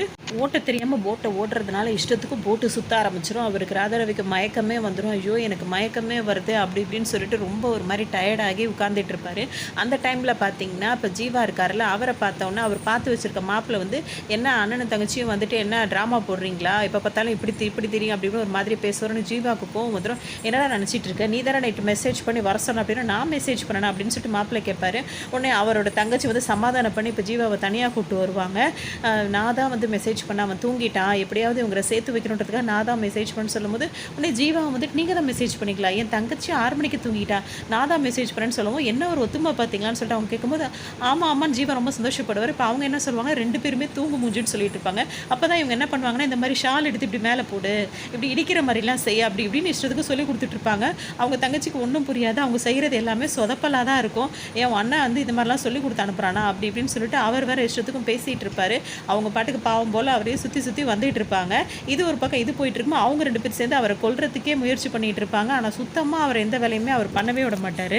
ரொம்ப நேரமாக போட்டு சுற்றிக்கிட்டே இருக்கனால அவருக்கு மயக்கமே வந்துடும். தண்ணி தாக அடிக்குது, முடியலையேன்னு சொல்லும் போது, இந்தாங்க இங்கே இல்லாத தண்ணி இந்தாங்க பிடிச்சிங்கட்டு இப்படியே கையால் மெத்தி இப்படி அவர் மூஞ்சில் தூக்கி அப்படியே வீசுவார் அந்த தண்ணியை. அவர் மூஞ்சி ஃபுல்லாக தண்ணியாக போயிட்டு உட்காந்துருப்பார். என்ன ரொம்ப டம்மி பீஸ் ஆக்குறடா நீ அப்படி இப்படின்னு அவர் பயங்கரமாக கோவத்தில் வெறியேறிட்டு இருப்பார். இருந்தாலும் சரி இவரை சுட்டுட்டு இப்போ அப்புறமா அவரை கவனிக்கலாம்னு சொல்லிட்டு அவரை ஷூட் பண்ணுறதுக்காக போயிட்டு இருப்பார். அந்த டைம் திரும்பவும் அந்த போட்டு சுற்ற ஆரம்பிச்சிடும். இப்போ அந்த போட்டில் இருக்கிறவங்க எல்லாருமே ஃபாரினர்ஸ் தானே, இவங்க 2 பேரும் ஏதோ வித்த காட்டுறாங்கன்னு சொல்லிட்டு என்ன பண்ணுவாங்கன்னா, எல்லாரும் கைத்தட்டி சிரிக்க ஆரம்பிச்சிருவாங்க. அதில் அந்த ஆடிட்டரும் வந்து கைத்தட்டி எல்லாரும் கைத்தட்டி நம்மளும் கைத்தட்டுவாங்க. இதை பார்த்தோன்னே ராதாரவிக்கு செம்ம கோவம் வந்துடும். உன்னால் எல்லாரும் என்னை வந்து கிண்டல் பண்ணி சிரிக்கிற மாதிரி பண்ணிட்டி அப்படின்னு சொல்லிட்டு அதை கெட்ட வார்த்தையாக வெறும் அப்படியே வார்த்தையாக அந்த எழுத்துக்களாக போகும். இதை பார்த்தோன்னே இவருக்கு இன்னும் கொஞ்சம் கோவம் வந்துடும். போட்டை இப்படி இழுத்து விடுவார் பாருங்க. அப்படியே அந்த போட்டு சுற்றி ராதாரவி தண்ணிக்குள்ளேயே விழுந்துருவார். அதோட அந்த ஆப்ரேஷன் வந்து ஃபெயிலியர் ஆகிடும். சரின்னு சொல்லிட்டு இப்போ அங்கேருந்து கிளம்பி போகலாம் அப்படின்னு சொல்லிட்டு நினச்சிட்டு இருப்பாங்க. இவங்க இங்கே வந்து இந்த மாப்பிள்ளை எப்படியாவது மனசை மாத்திரம் பிளான் பண்ணிகிட்டு இருப்பாங்க. அந்த ஊரில் பார்த்திங்கன்னா முதுகு சாமியார் வந்து ரொம்ப ஃபேமஸாக இருப்பார். எல்லாருமே அவங்களோட குறைகளெல்லாம் வந்து அவர்கிட்ட சொல்லிட்டு போயிட்டுருப்பாங்க. அப்போ தான் வந்து ஜீவாவோட பாட்டி இருக்காங்கள்ல, அவங்க வந்து என்ன சொல்லுவாங்கன்னா, அந்த மேன்ஷன் வந்து 1000 வருஷத்துக்கு, அதாவது 100 வருஷத்துக்கு வந்து லீஸுக்கு விட்டாங்க. அந்த 100 வருஷமும் முடிஞ்சு போச்சு, இப்போ என்ன நடக்குன்னே தெரியல இந்த மாதிரி அப்படின்னு சொல்லிட்டு எல்லாத்தையுமே அவங்க வளரிடுவாங்க. அவங்க சாமியார்னு நினச்சி தான் அதெல்லாம் சொல்லுவாங்க. ஆனால் அவர் போலீஸ் சாமியாராக இருப்பார். அவர் என்ன பண்ணுவார்னா, அங்கே ஊரில் உள்ள பெரிய பெரிய பணக்காரங்க இருக்காங்களா, அவங்கள்ட்டெல்லாம் வந்து இந்த மாதிரி ஒரு மேன்ஷன் இருக்குது, அதில் வந்து எந்த பிரச்சனையுமே இல்லாத மேன்ஷன் இது, நீங்கள் யார் இப்போ வந்து ஏலத்தில் வந்து நிறைய அமௌண்ட்டு கொடுக்குறீங்களோ அவங்களுக்கு வந்து அந்த மேன்ஷன் எங்கே இருக்குது அதை பற்றின டீட்டெயில் உங்களுக்கு நான் சொல்லுவேன்னொன்னே ஆளுக்கு ஒரு அமௌண்ட்டை வந்து பேசிகிட்டு இருப்பாங்க. அதெல்லாம் பார்க்கவே நம்மளுக்கு ஒரு மாதிரி புதுசாக இருக்கும். அந்த டைம் தான் வந்து நம்ம யோகி பாபு வந்து என்ட்ரு ஆவார். என்ட்ரி கொடுப்பாரு. அவர் பார்த்திங்கன்னா அவரும் ஒரு சாமியாராக இருப்பார். அவரும் ஒரு போலி சாமியார் தான். அந்த மாதிரி அவர் கெட்டப்பில் வந்திருப்பார். என்னடா அந்த ஜெயிலில் பார்த்தது அதுக்கப்புறம் இங்கே தான் பார்க்குறோன்னொன்னே 2 பேரும் பணத்தை இது பண்ணிக்கிட்டு அந்த எங்கே இருக்குது அப்படின்னு சொல்லிட்டு இது பண்ணிக்கலாம்னு சொல்லிட்டு முடிவு பண்ணிடுவாங்க. இப்போ இங்கே பார்த்தீங்கன்னா ராதாரவி கிட்ட இவர் கேட்கவும் இதோ நான் முடிச்சிடுறேன் இந்த வேலையை அப்படின்னு சொல்லிட்டு இவர்கிட்ட சமாளிச்சுட்டு இப்போ துப்பாக்கி தான் வாங்கணும்னு சொல்லிட்டு இருப்பாரு. அந்த துப்பாக்கியை விற்கிறவர் வந்து ஏதோ சொல்வார். இவர் அதெல்லாம் கண்டுக்கவே மாட்டார். எனக்கு இந்த துப்பாக்கி தான் பிடிச்சிருக்கு, அதை எடுத்து கொடுங்க அப்படின்னு சொல்லுவார். அவர் எதுவும் சொல்லுவார். அதை அவர் பெருசாகவே புரிஞ்சிக்க மாட்டார். இதை வாங்கிக்கிட்டேன்னா அவருக்கு லாங்குவேஜும் புரியல. அதை வாங்கிட்டு வேகமாக இப்போ வந்துடுவார். இப்போ ஒரு கோவில்கிட்ட தான் அவர் வந்திருக்கிறதா சொல்லி பேசியிருப்பாங்க. இப்போ அந்த வில்லனை என்ன சொல்லியிருப்பாருன்னா ரெட் கலர் கேப்பை போட்டு போ, அதான் அடையாளம்னு சொல்லுவார். சரின்னு சொல்லிட்டு அவர் சொல்லுவார். இப்போ ஜீவா வச்சுருக்காருல அந்த மேன்ஷனில் வந்து இந்த மாதிரி ஒரு பொருளை வச்சுட்டு அது மேலே ஒரு பெட்டி போட்டு மூடி வச்சுருப்பாங்க. இது என்ன அப்படின்னு சொல்லிட்டு ஓப்பன் பண்ணி பார்க்கும்போது அங்கேருந்து ஒரு குரூப்பே சாமியார் குரூப்பே வருவாங்க. இதை பார்த்தோன்னே இப்போ ஏன்னா இவர் வந்து அந்த அதாவது எப்படி சொல்கிறது அந்த ஏலத்தில் வந்து ஜெயிச்சு இப்போ இந்த இடத்த அவர் சொந்த கொண்டாட வந்துகிட்டு இருக்காரு. இப்போ ஜீவா வந்து நிறைய சாமியார்கள்லாம் வராங்களா, இங்கே தங்க போகிறாங்களா அப்படின்னு சொல்லிட்டு சந்தோஷப்படுவார். எத்தனை நாளைக்கு தங்க போகிறீங்க அப்படின்னா ரூம்லாம் அரேஞ்ச் பண்ணிடுவோம்னு சொல்லிட்டு அவர் கேட்பார். எத்தனை நாளைக்கு தங்க போகிறோமா, இதுதான் எங்களோட இடம், அதாவது அவர் வந்து இதெல்லாம் பேசுவார். அதாவது சிவன் வந்து எங்கே இருக்குன்னு சொல்கிறோம், அதுதான் இனிமேல் என் இடம், அதை காட்டி கொடுத்துறோம் அப்படின்ற மாதிரி கடவுளை இழுத்து அது வந்து கட் பண்ணியிருக்கலாம். அந்த மாதிரி பேசுவார். சரின்னு சொல்லிட்டு இவருக்கு ஒன்றுமே புரியாது. இவங்க போய் தான் சொல்கிறாங்கன்னு சொல்லிட்டு இப்போ ஜீவாவுக்கு வந்து கோவம் வரும். என்னது உங்கள் இடமா, மரியாதை எங்கேருந்து கிளம்பலாம் அப்படின்னா போலீஸ்கிட்ட பிடிச்சி கொடுத்துருவோன்னு சொல்லிட்டு அவர் மிரட்டிகிட்டு இருப்பார். உடனே இப்போ சாமியார் இருக்காருல்ல அவர் என்ன சொல்வார்னா இப்படி கூப்பிட்டுட்டு நீ இது என்ன இடம் ஏதுன்னு எங்களுக்கு எல்லாம் தெரியும், 100 வருஷம் லீஸ் முடிஞ்சிருச்சு, உங்களுக்கு பத்திரம் கிடையாது, உங்களோட சொந்த இடமும் இது கிடையாது, அதனால் எல்லாம் தெரிஞ்சு தான் வந்திருக்கோன்னு இப்போ இவரால் ஒன்றுமே செய்ய முடியாது. அப்படியே அமைதியாக இருப்பார். வேணா 10 லட்சம் தர வாங்கிட்டு இடத்த காலி பண்ணுங்க அப்படின்னு சொல்லிட்டு இருப்பார். எங்கள் இடத்துல வந்து இப்படி பேசுகிறாங்களே, ஒன்றும் செய்ய முடியல, வசமாக மாட்டிக்கிட்டோம்னு சொல்லிட்டு இப்போ ஜீவாவும் கவலையாக இருப்பார். அந்த டைமில் அந்த பக்த கூட்டம் இருக்காங்களா அவங்கள என்ன பண்ணுவாங்கன்னா அவர் பாதத்துக்கு வந்து பூஜை பண்ணுவாங்க. பால் ஊற்றி பூஜை பண்ணிவிட்டு கால் எப்படி சுரண்டுவாங்களா, அப்படி சுரண்டாங்கன்னா அது சிக்னலாக அது வந்து அருள் வேணும் அப்படின்ற மாதிரி அந்த மாதிரி பேசோன்னே லொக்கேஷன் நல்லா இருக்குது அந்த மாதிரி இஷ்டத்துக்கும் சொல்லிவிட்டு அந்த மாதிரி வேறெல்லாம் பார்த்துட்டு இருப்பாங்க. மேன்ஷன் இந்த மாதிரி பண்ணுறீங்களா அப்படி இப்படின்னு அவர் ரொம்ப கோவப்படுவார். அந்த டைம் தான் பார்த்தோம்னா ஹீரோயின் இருக்காங்களா, ஜீவாவோட ஹீரோயின் அவர் வந்து கால் பண்ணிட்டு இவன் வந்து இப்போ வந்து இதுக்கு போகிறான், அவன் சன்னியாசம் பண்ணுறதுக்காக போயிட்டான், எப்படியாவது சீக்கிரம் வா அப்படின்னோன்னா அவர் இதை விட்டுட்டு அங்கே போவார். அங்கே போனோம் அப்படின்னு சொல்லிட்டு பார்த்தீங்கன்னா அங்கே ஒரு பெரிய காமெடி நடந்துகிட்ருக்கோம். அதுக்கு இடையில பார்த்தீங்கன்னா இங்கே வந்து ஜெய் வந்து அவரோட அந்த பத்திரம் எங்கே இருக்குது அப்படின்னு ப்ளூ பிரிண்ட் கேட்டு வந்திருப்பாரு. நீ வர்றதுக்கு இன்னும் ஒரு 3 நாள் கழிச்சு அப்படின்னு சொன்னோன்னே என்னங்க எத்தனை நாள் சொல்கிறீங்க, முறைப்படி பார்த்தீங்கன்னா ஒரு வாரத்துக்குள்ளே எனக்கு டீட்டெயில் சொல்லியிருக்கணுன்னு என்கிட்டயும் சட்டம் பேசுறியா, வந்து இங்கே இருக்கும் ப்ளூ பிரிண்ட்டு உனக்கு கொடுக்க முடியாது அப்படின்னு சொல்லிட்டு இருப்பாங்க. அதுக்குள்ளே அவங்கள யாரோ கூப்பிடுவோம், அங்கேருந்து அவங்க போயிடுவாங்க. அந்த சமயம் பார்த்து இவர் அவருக்கு கிடச்ச ப்ளூ பிரிண்ட்டை எடுத்துகிட்டு வருவார். அதை ஓப்பன் பண்ணி பார்க்கும்போது பார்த்தீங்கன்னா அந்த இடமும் அட்ரஸும் வந்து பார்த்தீங்கன்னா ஒரு கோவில் இருக்கும். அந்த கோவில் இருந்துட்டு என்னோட இடத்த கோவிலாக கட்டிட்டீங்களா, லீஸுக்கு கொடுத்தா கோவில் கட்டுவீங்களா அப்படி இப்படின்னு சொல்லிட்டு ஒரு செம்ம டென்ஷன் ஆகிடும். அங்கே ஒரு பெரிய ஆர்ப்பாட்டமே பண்ணிகிட்டு இருப்பார். சுற்றி எல்லாரையும் பார்ப்பார். இப்போ இங்கேருந்து எல்லாரையும் எப்படி அனுப்புறது கொள்றதுன்னு யோசிச்சுட்டே இருப்பார். அப்போ தான் பார்த்தீங்கன்னா இவங்க 2 பேரும் என்ன பண்ணுவாங்கன்னா ரெட் கலர் கேப் போட சொன்னாங்களா அந்த ஆடிட்டருக்கு அடையாளத்துக்காக ரெட் கலர் கேப் போட்டிருப்பாரு. இப்போ அவர் வாங்கும் போது அதாவது அந்த பேப்பர் இருக்கிற பெட்டி அவர்கிட்ட கொடுத்துட்டு அந்த சூட் கேஸை வாங்கிட்டு இவரை ஷூட் பண்ணிடணும் அப்படி தான் பிளான் பண்ணியிருக்காங்க. ராதாரவி வந்து தூரமாக வந்து ஷூட் பண்ணுறது கிடையாதுப்பா. அப்போ ஒருத்தர் வந்து செல்ஃபி எடுக்கிறேன்னு சொல்லிட்டு செல்ஃபி வேற எடுத்துப்பார். அதோட சரின்னு சொல்லிட்டு அவர் சுடுறதுக்காக ரெடி ஆகிட்டு இருப்பார். அவர் வந்து பெட்டியை கொடுத்தா தான் அந்த லேப்டாப் பெட்டியை தருவேன்னு சொல்லிட்டு பிடுங்குவார். இவர் கொடுக்கவே மாட்டார். அவர்கிட்ட வந்து வலுக்கட்டாயமாக அவர் பிடுங்கிக்கிட்டே இருப்பார். பிடுங்கும் போது பார்த்தீங்கன்னா பெட்டி ஓப்பன் ஆகி உள்ள அந்த பேப்பர் ஃபுல்லாக வெளியே வந்துடும். என்னடா ஏமாத்துறீங்களான்னு சொல்லிட்டு இந்த ஆடிட்டர் வந்து அவரை போட்டு அடிக்க ஆரம்பிச்சிடும். 2-3 அடி வாங்கணும்னு அங்கேருந்து ஓடுவார். இங்கே பார்த்தீங்கன்னா அந்த துப்பாக்கி வந்து பேக் சைடு சுட ஆரம்பிச்சிடும். இதை தான் அவர் சொல்லியிருப்பார். இவர் அதை புரிஞ்சுக்காமே வாங்கிட்டு வந்ததுனால தன்னைத்தானே சுட்டுக்கிட்டு கீழே விழுந்துருவார். இதுவும் ஃபெயிலியர் ஆகிடும். இங்கே பார்த்தீங்கன்னா இவர் சாமியாராக போகிறதுனால இங்கே வந்திருப்பாங்க. என்ன பண்ணுறதுனே தெரியாது. அவரை தடுத்து நிப்பாருன்னு வரும்போது இவர் போய் அந்த பூஜை பண்ணுற இடத்துல போய் உட்காந்துருப்பார். அங்கே பார்த்தீங்கன்னா அவர் வச்சிருந்த எலுமிச்சப்பழம் நேராக ஓடி போய் ஒரு லேடி கிட்ட போய் நின்றோம். அதை எடுக்க போகிறதுக்காக எப்படி எடுக்கிறது யோசிச்சுட்டு இருக்கும்போது அவர் அந்த லேடியை தான் பார்க்குறாருன்னு சாமியாக நினச்சிப்பார். இங்கே ஒரு பக்கம் பார்த்தீங்கன்னா ஜெய் மேல உள்ள கோபத்தில் இங்கே இருக்கும் ப்ளூ பிரிண்ட்டுன்னு சொன்னாங்களா அது அவரோடதே கிடையாது, இவங்களோடது தான். இவங்களோட ப்ளூ பிரிண்ட்டை வந்து மிஸ் பண்ணிடுவாங்க. இவங்க தேடிட்டு இருக்கும் போது இப்போ அவங்களுக்கு ஒரு கால் வரும். யார் பண்ணியிருப்பாங்கன்னு பார்த்தா இப்போ அந்த கோவிலேருந்து ஒருத்தவங்க தான் கால் பண்ணியிருப்பாங்க. இங்கே என்ன நடக்குதுன்னு பாருங்கள், ஒருத்தர் வந்து இந்த மாதிரி பண்ணிகிட்டு இருக்காருன்னொன்னே இவங்க ஃபோனில் எல்லாத்தையுமே கேட்டுட்டு இருப்பாங்க. இவர் வந்து என்ன பேசுவார்னா இது என்ன இடம் அப்படின்னு சொல்லி கேட்கும்போது இது வந்து பஜனை அறை அப்படின்னு சொல்லும்போது ஓ என் கொள்ளு தாத்தாவோட பெட்ரூமா இது, அதை வந்து இந்த மாதிரி ஆக்கி வச்சுருக்கீங்களா, ஏன் உங்களுக்கு லீஸுக்கு கொடுத்தா உங்கள் இஷ்டத்துக்கு நீங்கள் வந்து எல்லாத்தையும் மாற்றி வைப்பீங்களான்னு சொல்லிட்டு ஒரு பாட்டுக்கு பேசுவார். இவர் பேசுகிறதெல்லாம் வந்து அந்த ஹீரோயின் வந்து ஃபோனில் கேட்டுருவாங்க. உடனே இப்போ அந்த ஆஃபீஸ் செட்டெல்லாம் வந்து ப்ளூ பிரிண்ட் எங்கே இருக்குன்னு எனக்கு தெரிஞ்சிச்சு, நான் போய் வாங்கிட்டு வரேன்னு சொல்லிட்டு இப்போ அங்கேருந்து கிளம்பி அவங்க இங்கே வந்துக்கிட்டு இருப்பாங்க. இங்கே பார்த்தீங்கன்னா இவர் சன்னியாசம் பண்ணுறான் அப்படின்றதுக்காக உட்காந்துட்டு இருப்பார். அப்போ ஹீரோயினும் அவரோட ஜோடியை நின்றுட்டு இருக்கனால அந்த பக்கம் திரும்பிப்பார். திரும்பும்போது பார்த்தீங்கன்னா அங்கே ஒரு லேடி உட்காந்துருப்பாங்க. இப்போ சாமியார் வந்து அந்த எலுமிச்சை பழத்தை தூக்கி தூக்கி அவர் மேலே அடிப்பார். அதெல்லாம் பண்ணக்கூடாது அப்படின்னு சொல்லிட்டு அவர் மிரட்டுவார். இவர் திரும்புகிற இடம்லாம் இப்போ ஒரு ஆன்ட்டிங்களோ லேடிங்களுமா இருந்துகிட்டே இருப்பாங்க. சும்மா இருக்க நேரம் ஒரு பொண்ணுங்களும் வரமாட்டாங்க. சாமியாராக பொண்ணு நினச்சா சுற்றி சுற்றி பொண்ணுங்களாக தான் வராங்கன்னு நினச்சிட்டே இருப்பார். அந்த டைமில் தான் இதுக்கப்புறம் ஒரு சுற்றி சுற்றி வந்துட்டாங்கன்னா அவங்களுக்கு வந்து இதை கொடுத்துருவாங்க. அது ரொம்ப கஷ்டம்னு இவங்க சொல்லவும் சரி எப்படியாவது போய் அவரை தடுக்கணும்னு போவாங்க. அந்த டைம் பார்த்தீங்கன்னா ஜீவா வந்து அவங்க ஹீரோயின் மேலே தான் பிடிச்சிட்டு சாஞ்சிட்டு இருப்பாரு. உடனே அவரோட அண்ணனை இப்போ என்ன கேட்பாரு, நிஜமாவே சொல்லு நீ என்னை ரொம்ப மிஸ்யூஸ் பண்ணுற, நீ என்னையா நீ இது பண்ணுற அப்படி இப்படின்னு சொல்லிட்டு அவர் பாட்டு கேட்டுகிட்டே இருப்பார். இந்த சைடு நல்லா காமெடியாக இருக்கும். ஒரு சுற்றி வந்து பார்த்தீங்கன்னா அவரோட ஜோடி மேலேயே இடிச்சிடுவார். இதுக்கப்புறம் அவருக்கு கல்யாண ஆசை வந்துடும். இதுக்கப்புறம் சன்னியாசன் வந்தா அப்படிதான் அப்படின்னு சொல்லி சாமியாரை மிரட்டி அனுப்புவார். இப்போ ஜெய்க்கு வேறு வழியே இல்லை. என்ன பண்ணுவார்னா மேலே கோபுரம் மேலேயே நின்று சூசைட் பண்ண போகிறேன்னு சொல்லுவார். நான் அலறதை யாரும் பார்க்க எனக்கு விருப்பம் இல்லைன்னு சொல்லிட்டு இந்த ஃபேஸ் மாஸ்க் போடுவார். அதை பார்த்தோன்னே ஹீரோயினுக்கு வந்து ஞாபகம் வரும். அவங்க எடுக்கிற ஃபோட்டோவில் எல்லாத்துலேயுமே இவர் இருப்பார். இந்த மாதிரி மாஸ்க் போட்டு தான் அவர் இருக்கும். உடனே இவர் தான் நம்மளை ஃபாலோ பண்ணிகிட்டே இருந்ததான்னு சொல்லிட்டு இப்போ இவங்களும் வந்து அவரை லவ் பண்ண ஆரம்பிச்சிருவாங்க. இப்போ எவ்வளோ சொல்லி அவர் கேட்க மாட்டார். அவர் குதிக்கும் போது இப்போ ஜீவா என்ன பண்ணுவார்னா இந்த மாதிரி கலர் கொடி இருக்குல்ல அந்த வண்டியை கொண்டு வந்து இழுத்துட்டு வந்து வச்சிருவார். இப்போ எல்லாரும் பயப்படுவாங்க. நேராக வந்து அதில் வந்து விழுந்துருவார். இந்த டைம் பார்த்தீங்கன்னா அவர் இந்த ஃபேஸ் இதை கழட்டும் போது பார்த்தீங்கன்னா இவங்க தான் அப்படியே 2 பேருக்குமே தெரிஞ்சு போயிடும். உடனே இவங்க 2 பேரும் சேர்ந்துருவாங்க. இவங்க 2 பேரும் சேர்ந்துருவாங்க. அவங்களுக்கு ஜோடி பார்த்து வச்சாங்களா பொண்ணு மாப்பிள்ள அவங்களும் சேர்ந்துருவாங்க. இங்கே ஒரு பாட்டு வந்துடும். இப்போ இங்கே பார்த்தீங்கன்னா இவரை கூப்பிட்டு இவர் கேட்டுட்டு இருப்பாரு, என்ன ஆச்சு இவ்வளோ நாள் ஆச்சு இந்த பிளானை வந்து சொதப்பிட்டீங்கன்னு சொல்லி கண்டபடி திட்டிகிட்டு இருப்பாரு. இவருக்கு என்ன பண்ணுறதுனே தெரியாது. இப்போ யோசிச்சுட்டே உட்காந்துட்டு இருப்பாங்க. எனக்கு இன்னொரு வாய்ப்பு கொடுங்கன்னு ராதாராவி கேட்டுகிட்டே இருப்பார். இங்கே வந்து பார்த்தீங்கன்னா நான் ஊருக்கு போகணும், ஒரு வாரத்தில் வருவேன்னு ஹீரோயின் சொல்லுவாங்க. ஏன்னு கேட்கும்போது எங்கள் சித்தப்பாக்கு குழந்தை இல்லை, அதனால் ஒரு ஆளை தத்தெடுக்கிறாங்க. அதாவது இப்போ ஒரு 30-35 வயசில் தத்தெடுக்கும்போது குழந்தைய தானே தத்தெடுப்பாங்க, இதனை புதுசாக இருக்கணும்னு எங்கள் சித்தப்பா அப்படி தான் அப்படின்னு சொல்லிட்டு அவங்க கிளம்புவாங்க. இவங்க 2 பேர் பேசுகிறது வந்து ஹீரோயினோட அப்பா இருக்காருல அவர் பார்த்துருவாரு. ஆனால் பொண்ணு வந்து தன்னை பார்த்துடக்கூடாது அப்படின்றதுக்காக அவர் திரும்பி நின்று ஒரு கார் நிற்கும். அந்த காரோட கண்ணாடி வழியாக பொண்ணு என்னென்ன பேசிகிட்டு இருக்கா அவன் கூட அப்படின்னு சொல்லிட்டு அவர் பார்த்துட்டு இருப்பார். ஏன்னா அந்த மாப்பிள்ளையே இவருக்கு பிடிக்கலன்னு ஒரு வசதியான மாப்பிள்ளையை தான் கட்டிவங்க நினச்சிட்டு இருக்காரு. இவங்க கார் கண்ணாடிக்குள்ளே இருந்து பார்க்கும்போது இவங்களை பார்க்குற மாதிரி தான் அவருக்கு தெரியும். என்னன்னு சொல்லிட்டு இவங்க காருக்குள்ளேருந்து பேசிகிட்டு இருப்பாங்க. திடீர்னு கண்ணாடி அதை கீழே இறக்குவாங்க பாருங்கள். இவர் நின்றுட்டு இருப்பார். செம்ம அடி அடிப்பாங்க. அந்த கூட்டத்தில் எவ்வளோ தடுப்பாங்க. ஒரு ஹஸ்பண்ட்லாம் வந்து அவ்வளோ தடுப்பார். அவங்க அடங்கவே மாட்டாங்க. அவ்வளோ அடி அடிப்பாங்க. ஜெய் வந்து பார்த்துருவார், என் மாமனார்றானோன்னா பேசாமல் விட்டு நல்லா அடி வாங்கட்டும். ஆனால் இந்த லேடி கிட்ட அந்த சாமியாரை அதாவது யோகி பாபு இருக்காருல்ல அவரை மாட்டி விட்டுருவோமா அப்படின்னு சொன்னோன்னா அவங்களுக்கு ஒரு செம்ம ஐடியாவாக இருக்கும். உடனே இவரை சாமியார் விஷயம் போட சொல்லி அவரை கூப்பிட்டு வருவாங்க. அவங்க ஒய்ஃபோட பேர் சொல்லி கூப்பிட்டோன்னா யார் அவன்னு சொல்லி கேட்கும்போது எனக்கு அவளை பார்த்தாலே பயமாக இருக்குன்னு இவர் சொல்லுவார்.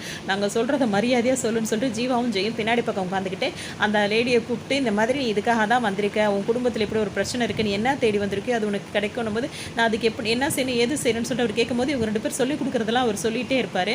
அப்போ இதுக்கு வந்து நான் என்ன பண்ணணும்னா நீ வந்து என்னோட குருஜியை பார்க்கணும் அப்படின்னு சொன்னோன்னா அங்கே பார்க்க வந்திருப்பார். இவங்க வீட்டுக்காரவங்க அந்த குருஜியை பார்க்க வந்திருக்கும் போது எவ்வளோ வேலையாக வந்து இவங்க என்னென்னா சாமியார் அப்படி இப்படின்னு சுற்றிட்டு இருக்காங்கன்னு சொல்லிட்டு இவங்களாம் வெளியே வெயிட் பண்ணிட்டு இருப்பாங்க. இப்போ அவங்க மட்டும் இவங்களோட வீட்டுக்காரவங்க இருக்காங்களா அந்த லேடி மட்டும் உள்ளே போய் அந்த சாமியாருக்கு பாத பூஜை பண்ணுவாங்க. அதுக்கே 1 லட்ச ரூபா பணம் கொடுத்துருப்பாங்க. அந்த பாலெல்லாம் ஊற்றி பண்ணிட்டு இருப்பாங்க. அப்போ என்ன சொல்லி கொடுத்துருப்பாங்கன்னா அந்த பாத பூஜை பண்ணிவிட்டு காலை வந்து இப்படி சொரண்டிங்கன்னா ஒரு வார்த்தை சொல்லுவார். உடனே உங்கள் பிரச்சனைலாம் தீந்துருன்னொன்னே இவங்க அதுக்காக காலை சுரண்டுவாங்க. அவங்க வந்து தெரியாமல் சுரண்டுறாங்க ஃபஸ்ட் நினைப்பாங்க. அப்புறம் வேணும் தான் சுரண்டுறாங்க போல நினச்சிட்டு என்னன்னு கேட்கும்போது அருள் வேண்டும்ன்ற மாதிரி சொல்லிடுவாங்க. சரின்னு சொல்லிட்டு இப்போ ரூமுக்கு கூப்பிட்டு போனோடனே அதோட சரி அவர் வந்து செம்ம அடி உழும். அந்த லேடி வந்து பயங்கரமாக அடிச்சிட்டு இருப்பாங்க.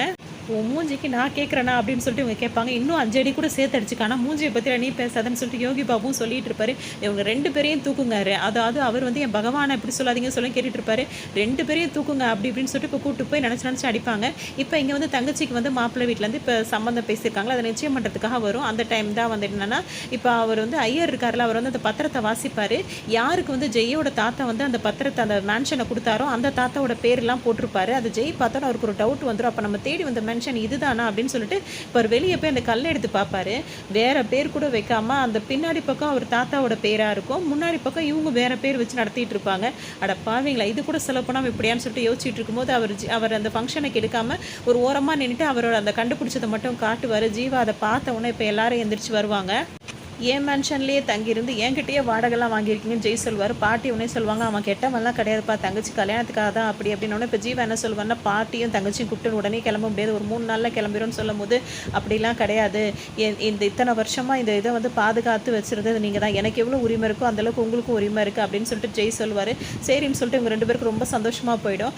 ஆனால் பார்த்தீங்க அப்படின்னா நம்ம இவங்க 2 பேருமே ஒரு லோன் வாங்கியிருப்பாங்க. அந்த லோன் அவங்க கையில் வரதுக்குள்ளே அவங்க திருடனுங்க திருடிட்டு போயிருப்பாங்க. 2 பேர்கிட்டையும் அப்படி நடந்திருக்கும். இந்த மேன்ஷனை வந்து டெவலப் பண்ணலான்னு சொல்லிட்டு அவங்க வாங்கியிருப்பாங்க. நான் ஏமாந்துட்டேன்னு சொல்லி வருத்தப்படும் போது பார்த்தீங்கன்னா 2 பேரும் ஒரே ஆள்கிட்ட தான் வந்து ஏமாந்துருப்பாங்க. யார்கிட்ட அப்படின்னு சொல்லிட்டு பார்த்தீங்கன்னா இந்த மனோபாலா இருக்கார்ல, அவர் தான் வந்து ஒரு வேஷம் கட்டி அவருக்கு முடியாத மாதிரி நடித்து இவங்க லோன் வாங்கிட்டு கரெக்டாக வெளியே வரும்போது பார்த்தீங்கன்னா அங்கேருந்து அந்த பணத்தை பிடிக்கிட்டு ஓடிடுவாங்க. அவங்க வந்து ஒரு போலீஸ் நிற்பார், அவர்கிட்ட போய் கம்ப்ளைண்ட் பண்ணலான்னு சொல்லிட்டு போவாங்க. அந்த போலீஸ் யாராக இருப்பாருன்னு பார்த்தீங்கன்னா வந்துட்டு மிர்ச்சி சிவா இருக்கார்ல, அவர் தான் போலீஸாக இருப்பார். ஏதா இருந்தாலும் ஸ்டேஷனில் வந்து பாருங்கள் அப்படின்னு சொல்லிட்டு போனதோடு சரி அவங்க 2 பேரும் அப்படியே ஏமாற்றிட்டு போயிடுவாங்க. 2 பேரும் ஒரே மாதிரி ஏமாந்துருப்பாங்க. சின்ன பசங்க மாதிரி ஏமாந்துருக்கீங்களே அப்படின்னு சொல்லிட்டு இவங்க ஹீரோயின் திட்டிகிட்டு இருப்பாங்க. அந்த டைமில் தான் ஜெய்க்கு வந்து ஒரு ஃபோட்டோ வரும். அதாவது தத்தி எடுக்கிற பிள்ளைய வந்து ஃபோட்டோ எடுத்து அனுப்புகிறேன்னு சொல்லிட்டு ஹீரோயின் சொல்லியிருப்பாங்க. அதுக்கிடையில் ஜெய்யும் தான் எப்படி ஏமாந்துடுறதே அதையும் சொல்லுவார். இப்போ தான் ஜெய்யோட ஹீரோயின் இருக்காங்களா, அவங்க வந்துட்டு அவங்க தத்தி எடுக்க போகிறது யாருன்னு சொல்லி ஃபோட்டோ எடுக்கும்போது பார்த்தீங்கன்னா அந்த ஃபோட்டோவில் உள்ள ஆள் தான் வந்து மிர்ச்சி சிவாவாக இருப்பார். அந்த ஏமாத்துக்காரர் தான் இவங்க வந்து இப்போ தத்து எடுக்க போகிறாங்க. இவங்க வந்து பார்த்திங்கன்னா இப்போ அதுக்கான பூஜை அதெல்லாம் பண்ணிகிட்டு இருப்பாங்க. இவர் பெரிய கோடீஸ்வரராக இருப்பார். அவருக்கு குழந்தை இல்லை அப்படின்றதான் தத்தெடுப்பார். இப்போ வந்து ஜெய்யோட ஹீரோயின் இருக்காங்களா, அவங்களோட அப்பாவும் வந்து இவங்க தானே இங்கே தானே ரிலேஷன் தானே. இப்போ தத்து எடுத்துட்டாங்க அப்படின்னா அந்த மிர்ச்சி சிவா வந்து ரொம்ப பணக்காரரு. அவருக்கு வந்து தான் பொண்ணை கட்டி கொடுத்தா இன்னும் பணக்காரனாக ஆயிடலாம் அப்படின்னு சொல்லிட்டு அவர் பிளான் பண்ணுவார். இவங்களுக்கு இதெல்லாம் சுத்தமாக பிடிக்காது. அவங்க வெறுத்து போயிட்டு இருப்பாங்க. அப்போ தான் இவரோட என்ட்ரி ஆகும். இப்போ சிவாவுக்கு வந்து பார்த்த உடனே அவங்களை ரொம்ப பிடிச்சி போயிடும். ஒரு பட்டாசு மாதிரி விட்டுட்டு அப்படியே அவர்கிட்ட கொஞ்சம் மேஜிக்லாம் அவங்கள்ட்ட காட்டிகிட்டு இருப்பார். அவரை லவ் பண்ணுறன்ற பேரில் சொல்லிட்டு இருப்பார். இப்போ இந்த ஹீரோயினோட அப்பாவுக்கும் வந்து இது ரொம்ப சந்தோஷமாக தான் இருக்கும். ஏன்னா மாப்பிள்ளை ரொம்ப பணக்காரன் அப்படின்னு சொல்லிட்டு இப்போ இவரோட சொத்து பத்தெல்லாம் இவர் காட்டணும், அவரோட குடும்ப சாவியெல்லாம் அவர்கிட்ட கொடுக்குறோன்னு சொல்லிட்டு இருப்பார். ஒரு பூஜை மாதிரி இருக்கும். அதில் பார்த்திங்கன்னா ஒரு யானை தந்த மாதிரி வச்சுருப்பாங்க. அதில் நிறைய வைரம் வச்சுருப்பாங்க. அந்த ரூமுக்கு வந்து அந்த தத்து எடுக்கிறாரில் அவரோட கால் வச்சு மட்டும்தான் வந்து ஸ்கேன் பண்ணி உள்ளே போக முடியும். வேறு யாரோட கால் வச்சு வச்சாலும் அது வந்து ஷாக் அடிச்சிரும். அதனால் இப்போ இவர் இருக்கார்ல சிவா வந்து இவரை வந்து ரோபோ சங்கரை உள்ளே தள்ளி விட்டு பார்ப்பார். அவர் உள்ளே தள்ளி விட்டு ஷாக் அடிச்சிரும் அவருக்கு. ஸோ நம்ம உள்ளே போக முடியாது, அந்த அளவுக்கு ஃபுல்லாக கரண்ட் ஷாக் கொடுத்து வச்சுருக்காங்க அப்படின்னு சொல்லிட்டு இப்போ வேறு என்ன பண்ணலான்ட்டு அவங்க டீமாக வந்து, ஏன்னா இந்த டீமே வந்து ஒரு ஏமாத்து டீம் தான், அவங்க எப்படியாவது இங்கேருந்து நகையெல்லாம் எடுத்துகிட்டு ஓடி நினைப்பாங்க. இங்கே பார்த்தீங்கன்னா ரோபோ சங்கர் வந்து யாருன்னா தத்து எடுக்க போறாருல, அவரோட ஒய்ஃபோட தம்பியாக தான் அவர் இருப்பார். இப்போ அவங்களுக்கு அதாவது ரோபோ சங்கரோட அக்காவுக்கு வந்து இந்த தத்து எடுக்கிறதுல விருப்பமே இருக்காது. அதனால ரோபோ சங்கருக்கும் விருப்பம் இருக்காது. இப்போ இந்த டீமில் இவர் என்ன சொல்லியிருப்பாருன்னா, சிவா வந்து மனோபலா வந்து மேலெல்லாம் ரூஃப்லலாம் வந்து சைக்கிள் ஓட்டி ப்ராக்டிஸ் பண்ண சொல்லியிருப்பார். எதுக்குன்னு அவருக்கு தெரியாது, ஆனால் பண்ண சொல்லிட்டு இருப்பாரு. அந்த டைமில் தான் இவங்க 2 பேரும் இவங்க கண்டுபிடிச்சி வந்துடுவாங்க. திட்டிகிட்டு இருப்பாங்க. நாளைக்கு தான் தத்து எடுக்க போகிறாங்க, தத்து எடுத்துட்டாங்க எனக்கு ஏகப்பட்ட சொத்து வந்துடும், உங்கள் 2 பேர்கிட்டேருந்து வாங்கின ஏமாத்துற காசை அவங்கள்ட்ட நான் திரும்ப கொடுத்துறேன்னு சொல்லிட்டு இருப்பாரு. இதுக்கிடையில் ஹீரோயினோட அப்பா வந்து நீ எதுக்காக நீ வந்து கல்யாணத்துக்கு வேணான்னு சொல்கிறேன்னு எனக்கு தெரியுது, ஆனால் நீ அவனை கல்யாணம் பண்ணிக்க கூடாது, நான் ஒத்துக்க மாட்டேன்னு சொல்லிட்டு இருப்பார். அவங்க கோவப்பட்டு வெளியே வருவாங்க. அப்போ தான் ஹீரோ அவங்க வந்திருப்பாரு. ஜெய்யை பார்த்தோன்னா அவங்களுக்கு ரொம்ப சந்தோஷமாக இருக்கும்.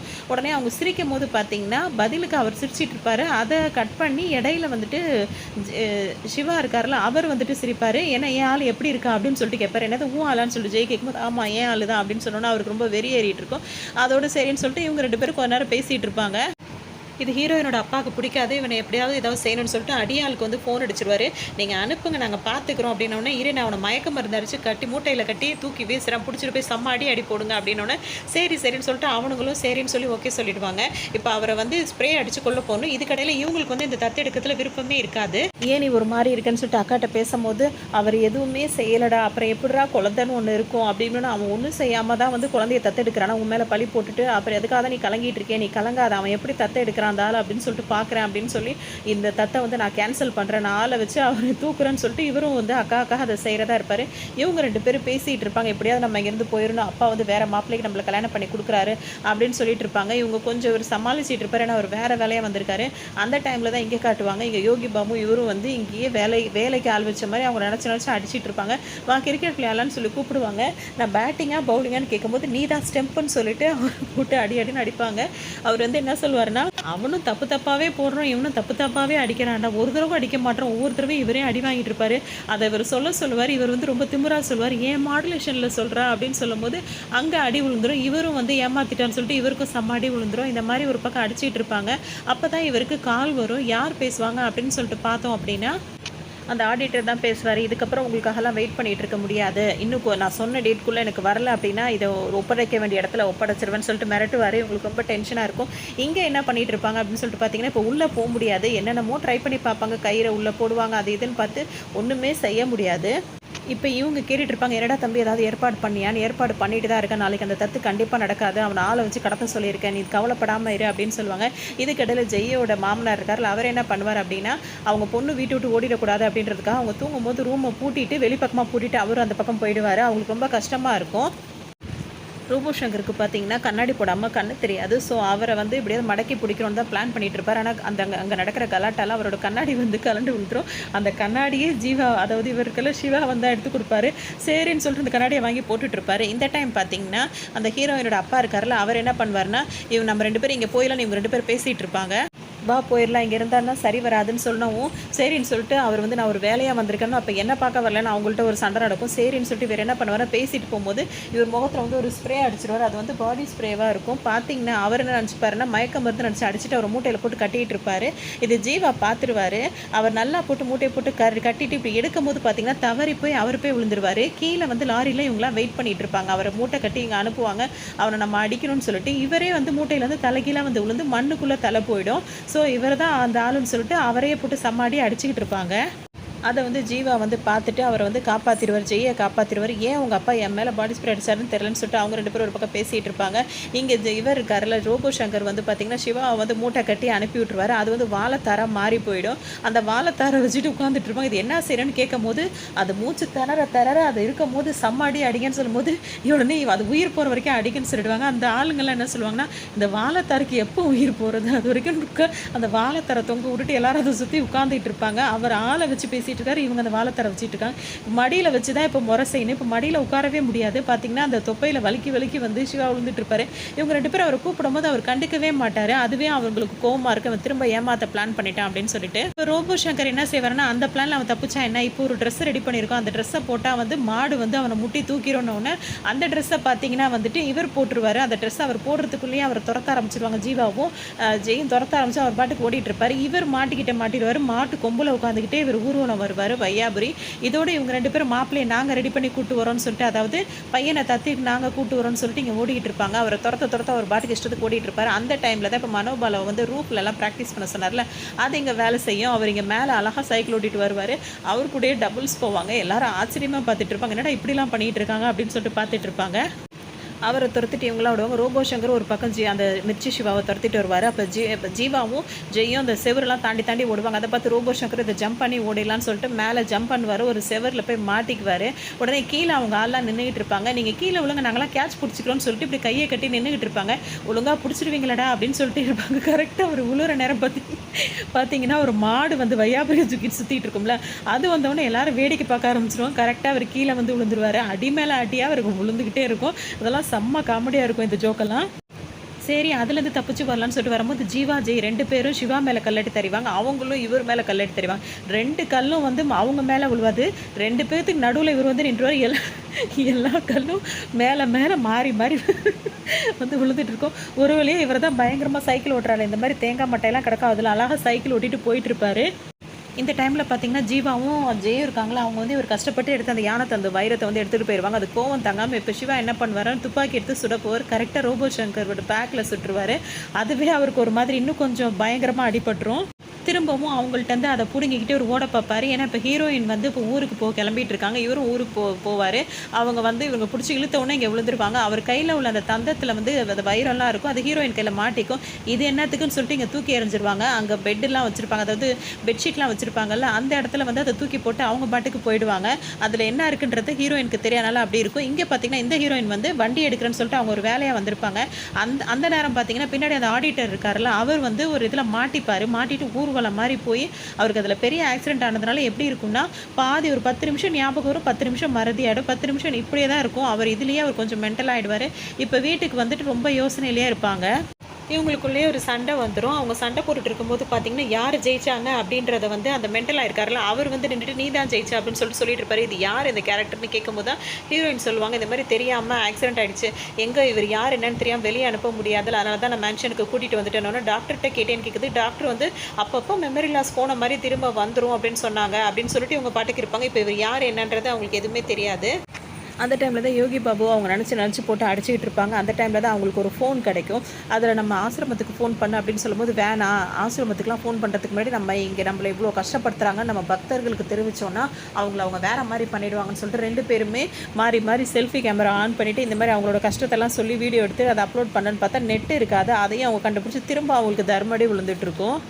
இப்போ இவருக்கு ஆக்சிடென்ட் ஆகும்போது ஒரு ஃபோன் கிடச்சிருக்கும். அந்த ஃபோனை ஆன் பண்ணி பார்ப்பாங்க. அந்த ஃபோனை ஆன் பண்ண உடனே வந்து அவர் யார் என்னென்ன டீட்டெயில் கிடச்சிரும். உடனே அவரோட ஆளுங்க இருக்காங்களா, அவருக்கு கால் பண்ண உடனே இவர் வந்து நாங்கள் தான் கடத்தி வச்சுருக்கோம் அப்படின்னு சொல்லி மிரட்டுவாங்க. இவர் கண்ணு வேறு 1.5 கண் மாதிரி வச்சுருப்பாரு. அவர் கண்ணுக்கு கூலிங் கிளாஸை போட்டு அவரை கடத்தி வச்சுருக்க மாதிரி இப்போ அந்த வில்லனுக்கு வந்து ஃபோட்டோ எடுத்து அனுப்பிட்டு அவருக்கு வந்து கால் பண்ணி சொல்லுவாங்க. உடனே வந்து எவ்வளோ பணம் வேணும்னு கேட்கும்போது மிர்ச்சி சிவா வந்து 10ன்னு சொல்லுவார். அப்போ வந்து 10 கோடி நான் ஓகே நான் கொடுக்குறேன்னு சொல்லிடுவார். என்னது 10 லட்சம் தான் கேட்டிருப்பாரு. 10 கோடின்ற ஒன்று சரின்னு சந்தோஷம். ஆனால் அவங்க 2 பேர்கிட்ட அவன் 10 லட்சம் தான் கொடுக்குறேன்னு சொன்னால் அதை நீங்கள் எடுத்துங்க அப்படின்னு சொல்லிட்டு பெருமையாக சொல்கிற மாதிரி சொல்லி சமாளிச்சுப்பார். அப்போ அவங்க அனுப்பின ஃபோட்டோவில் வந்து கண்ணாடி போட்டிருக்காருல, அந்த கண்ணாடி வழியாக பார்க்கும்போது ஜீவாவோட ஃபேஸ் தெரியும். அதை ராதாரவி வந்து ஜூம் பண்ணி பார்ப்பார். இவனை எங்கேயோ பார்த்துருக்கமே யாருன்னு சொல்லி யோசிக்கும் போது இவர் ஃபஸ்ட் டைம் ரயில்வே ஸ்டேஷன் வரும்போது பார்த்தீங்கன்னா ஒருத்தர் வந்து மேன்ஷனுக்கு வாங்கன்னு கூப்பிட்டு இருந்தார்ல, அவன் தான் இது. இவன் என்ன மேன்ஷன் வச்சுருக்காரு அன்றைக்கி சொன்னால் வாங்க போன்னு சொல்லிட்டு இப்போ காசிக்கெல்லாம் திரும்ப கிளம்புவாங்க. இப்போ பார்த்திங்கன்னா எல்லோரும் மேன்ஷன் கிளம்பி போகும்போது பாம்பு வைக்கலான்னு சொல்லிட்டு போவாங்க. அதையும் அங்கே ஒரு நாய் இருக்குல்ல, சுகர் இருக்குல்ல, அது என்ன பண்ணிவிடும், அது தூக்கி கொண்டு போய் வெளியே போட்டு வந்துடும். இப்போ எல்லாருக்கும் வந்து இதாக போய்ட்டு அந்த டைமில் தான் எனக்கு அமாவாசைன்னு ஒரு வார்த்தை சொல்லிவிடுவாங்க. உடனே இவருக்கு திரும்ப அமாவாசை வந்தால் என்ன பண்ணுவார், அந்த மாதிரி செம்ம ஒரு ஆட்டம் போடுவார். இந்த டைம் அவர் கையில் மாட்டினது யாராக இருக்கும் அப்படின்னா ஜெயோட மாமனார் இருக்கார்ல, அவர் தான் கையில் மாட்டுவார். அவரை போட்டு உண்டு இல்லைன்னு பண்ணிவிடுவார். செம்ம அடி வாங்குவார். அடின்னு போட்டு அடிச்சதுக்கப்புறம் கடைசியில் அவர் சொல்வார், எனக்கு அமாவாசை இல்லைடா பௌர்ணமிடா. நிலாவை பார்த்து காட்டின உடனே பௌர்ணமியா, சரி சாரி அப்படின்ட்டு அசால்ட்டாக போயிடுவார். அப்போ அந்த அவங்களுக்கு அந்த மைண்டு தான் காரணம் அப்படின்ற மாதிரி நம்மளுக்கு இருக்கும். அது பக்கம் இதுலேருந்தே அவர் பயங்கரமாக அடி வாங்க ஆரம்பிச்சிருவார். அப்போ அங்கே போகும்போது அங்கே உள்ள ஆடிட்டரை கூப்பிட்டு வந்திருப்பாங்க. ஆனால் அவர் மனநிலை சரியில்லைன்றது அப்போ அவங்களுக்கு தெரியாது. அவரை கூப்பிட்டு வந்துட்டாங்கன்னா அந்த பெட்டியெல்லாம் அவங்கள்ட்ட தான் இருக்கும். இப்போ வந்து இவங்க 2 பேர் என்ன சொல்லுவாங்கன்னா, ஜீவா கிட்டே எங்களுக்கு அந்த பெட்டி தான் வேணும், அதை கொடுத்தா எவ்வளோனா பணம் தரணும்னு ரயில்வே ஸ்டேஷன் வாங்கன்னு சொல்லிடுவாங்க. இப்போ எதுக்குன்னு கேட்கும்போது அங்கே தான் நிறைய கூட்டமாக இருக்கும், எங்களுக்கு அதான் சேஃப் பண்ணணும், சரி வரோன்னு சொல்லிட்டு அவங்க ஃபோனை வச்சுருவாங்க. இந்த டைமில் தான் எல்லாம் ரயில்வே ஸ்டேஷன் கிளம்பும் போது பார்த்தீங்கன்னா அவர் வந்து அந்த மனநிலை பார்த்தீங்க அந்த ஆடிட்டரை மட்டும் வீட்டில் விட்டு போவாங்க. எல்லோரும் எங்கே போகிறீங்கன்னு சொல்லிட்டு எல்லோரும் கேட்கும்போது துணி எடுக்க போகிறோன்ட்டு போகும்போது அப்போ அவர் வந்து எனக்கு இந்த ட்ரெஸ்ஸை வாங்கிட்டு வாங்க அப்படி கிண்டல் பண்ணிட்டு இருப்பாரு. அப்போ யோகி பாபுவும் இவரும் இருக்காங்கல்ல, அவங்க 2 பேரும் ரூமில் அடைச்சி வச்சுட்டு போவாங்க. ஏன்னா அவங்க இந்த மாதிரி கிறுக்குத்தனமாக ஏதாவது வேலை பார்க்குறாங்க அப்படின்னு சொல்லிட்டு அந்த டைம் பார்த்தீங்கன்னா அந்த ஆடிட்டர் வந்து இவங்க 2 பேரையும் கதவை திறந்து விட்டுருவாரு. ரொம்ப தேங்க்ஸ்ன்னு சொல்லிட்டு அங்கேருந்து 2 பேரும் தப்பிச்சு ஓடி வந்துருவாங்க. இப்போ இவங்க 2 பேர் வந்து உனக்கு எந்த பிரச்சனை இல்லை, எனக்கு எங்கள் அப்பா கல்யாணத்துக்கு ஒத்துக்க மாட்டார்னு சொல்லி வருத்தப்படுவாங்க. இந்த டைமில் அந்த பொண்ணோட அப்பாவை வந்து பிடிச்சி விட்டு வந்துருவாங்க. இவங்க 2 பேர் அவரை ஹீரோவை வர சொன்னால் இவங்க 2 பேருமே நேரில் அப்பாவை பார்க்க வந்திருப்பாங்க. நீங்கள் கல்யாணத்துக்கு ஒத்துக்கிட்டதுனால உங்களுக்கு ஸ்வீட் கொடுத்துட்டு போகலான்னு சொல்லிட்டு வந்தோன்னே அவனை வர சொன்ன ஏம்மா நீ வந்து மாட்டிக்கிட்ட அப்படின்னு சொல்லிட்டு இவர் இது பண்ணிட்டு இருப்பார். இப்போ அவங்க 3 பேரையும் பிடிச்சி வச்சிருப்பாங்க இந்த வில்லனுங்கெல்லாம். இவங்க உங்கள் ஆளுங்கெல்லாம் வேணும்னா நீங்கள் எல்லாம் அந்த பெட்டியோட வாங்க அப்படின்னு சொல்லிட்டு இருப்பாங்க. சரின்னு சொல்லிட்டு எல்லாருமே இப்போ ஸ்டேஷனுக்கு தான் கிளம்புவாங்க. அந்த டைம் பார்த்தீங்கன்னா இன்றைக்கி யாரும் இல்லாத இடம், இதோட ட்ரெயின் அடுத்த 4 மணிக்கு தான் வரும். எல்லாம் இப்போ ஆள் இல்லாத இடத்துல வந்து மாட்ட போகிறாங்கன்னு மாட்ட போகிறது அவங்க இல்லைடா நீங்கள் தான் அப்படின்னு சொல்லிட்டு யோகி பாபு சொல்வார். என்னடா வேணும், உன்னை பழி வாங்க வந்திருக்கேன்னு சொல்வார். ஏன் அப்படின்னு சொல்லிட்டு பார்த்தீங்கன்னா அவரை அடிக்கும் போது பார்த்தீங்கன்னா பெட்டி இப்போ இவர் கையில் வந்திருக்கும். அந்த பெட்டி எடுத்து இப்போ வச்சிருப்பாரு. அதனால் இப்போ அந்த ஃபோட்டோ காட்டிடுவார். உன்னோட பெட்டி என்கிட்ட தான் இருக்குது அப்படின்னோடனே உன்னை 5 அடி அடிப்பேன் என்ன அப்படின்னு ஒன்று சரின்னு சொல்லிட்டு ஒத்துப்பார். அதே மாதிரி அவரை பயங்கரமாக செஞ்சு விட்டுருவார். இவ்வளோ நாள் அவர் வாங்கினது ஃபுல்லாக ஏன்னா எவ்வளோ பணம் வேணும்னு கேட்கும்போது எனக்கு பணம்லாம் உன்னே வாங்குற அளவுக்கு பணம் இருக்குது, ஆனால் என்னை நீ அடிக்கலாம், உன்னை நான் திரும்ப அடிக்கணும்னு சொல்லுவார். 5 அடி அடிப்பேன்னு சொல்லிட்டு ஒவ்வொரு அடியும் ஒவ்வொரு விதமாக அடிப்பார். இப்போ 4வது அடி உன் சாய்ஸு, 5வது அடி ஏன் சாய்ஸு அப்படின்னு சொல்லும் போது அந்த 4வது அடி அடிக்கும் போதே சிஷ்யாட்ட வந்து அந்த இதை வந்து அந்த பெட்டி இருக்குல்ல, அந்த லேப்டாப் பெட்டி அதை கொண்டு வர சொல்லியிருப்பார். அவர் அடிக்க அந்த கை வந்து சுற்றி காற்று மாதிரி சுற்றிக்கிட்டே இருக்கும். இவர் அந்த டைமில் பெட்டி எடுத்துகிட்டு போகலான்னு சொல்லிட்டு நினைக்கும் போது பார்த்தீங்கன்னா ஹீரோவும் அவங்களோட டீமும் வந்து ஒரு போலி பெட்டி ரெடி பண்ணியிருப்பாங்கன்னா அவங்கள்ட்ட ஒரிஜினல் பெட்டி இல்லை. அதை கொடுக்க வந்திருக்கும்போது யோகி பாபு தான் தூக்கிட்டு போயிருப்பார். அந்த நம்பிக்கையில் தான் இப்போ அவர் போட்டு அடிச்சிட்டு இருப்பார். சிஷ்யாட்ட கொடுத்து பத்திரமா வச்சுக்க, நான் அவனை போய் பழி வாங்கிட்டு வந்து பெட்டியை வாங்கிக்கிறேன்னு சொல்லி போகும்போது இப்போ இவங்க 2 பேரும் இப்படி இடிச்சிட்டு போகவும் பெட்டி வந்து கை மாறிடும். அவர் 5வது அடி அடிக்கும் போது பார்த்தீங்கன்னா எல்லாருக்கும் கதி கலங்கிடும். அந்த மாதிரி யோகி பாபு போட்டு அடிச்சிடுவார். நான் சிஷ்யா கொண்டு வர பெட்டி வந்து ஒரிஜினல் பெட்டி கிடையாது. சரி 5 அடி வாங்கிட்டு இப்போ பெட்டியை கூடான்னு சொல்லிட்டு பெட்டியை ஓப்பன் பண்ணி பார்த்தா அதில் செங்கல் இருக்கும். நம்ம கொண்டு வந்த பெட்டியில் தானே செங்கல் இருந்துச்சு. அப்போ இதில் என்ன இருக்குன்னு ஓப்பன் பண்ணி பார்க்கும்போது லேப்டாப் இருக்கும். அப்போ இங்கே ஒரு காமெடியான ஒரு ஃபைட்டு வரும்.